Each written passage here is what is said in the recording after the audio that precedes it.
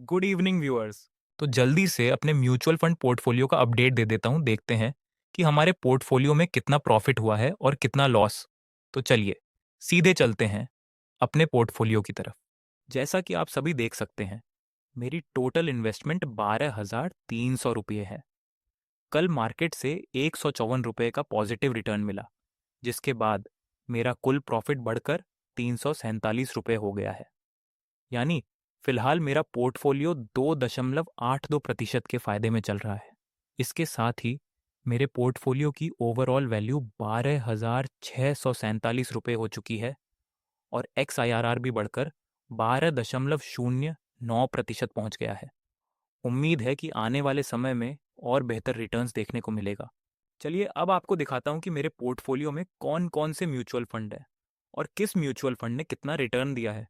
Nippon India multi asset fund में 40 रुपये का नेशनल गेन हुआ है। HDFC बैलेंस्ड एडवांटेज फंड में 33 रुपये का गेन हुआ है। पराग पारिक फ्लेक्सी कैप फंड में 34 रुपये का प्रॉफिट हुआ है। एडलवाइस यूएस टेक्नोलॉजी फंड में 15 रुपये का प्रॉफिट हुआ है। HDFC स्मॉल कैप फंड में 18 रुपये का प्रॉफिट हुआ है। बांधन स्मॉल कैप फंड में 6 रुपये का नेशनल गेन हुआ है। HDFC निफ्टी 50 इंडेक्स फंड में 5 रुपये का प्रॉफिट हुआ है। वैसे एक बात तो है, जिस दिन मार्केट अच्छा जाता है उस दिन हरे भरे पोर्टफोलियो को देखकर दिल को सुकून मिलता है। लेकिन याद रखिए, एज एन इन्वेस्टर मार्केट गिरने पर भी पेशेंस रखना बहुत ज़रूरी है। चलिए अब आपको दिखाता हूँ। आज मैंने अपने पोर्टफोलियो में व्हाइट ओक का मिड कैप फंड ऐड किया है।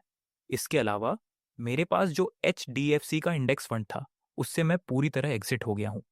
इस फंड के मेरे 2 फोलियो थे और मैंने दोनों को पूरी तरह रिडीम कर लिया है। साथ ही मेरे पास Nippon India Taiwan equity fund भी था, जिसे मैंने Nippon India mid cap fund में स्विच कर दिया है, क्योंकि ताइवान फंड पिछले कुछ समय से लगातार नेगेटिव रिटर्न दे रहा था। इसी के साथ मिलते हैं अगले वीडियो में। तब तक के लिए साइनिंग ऑफ।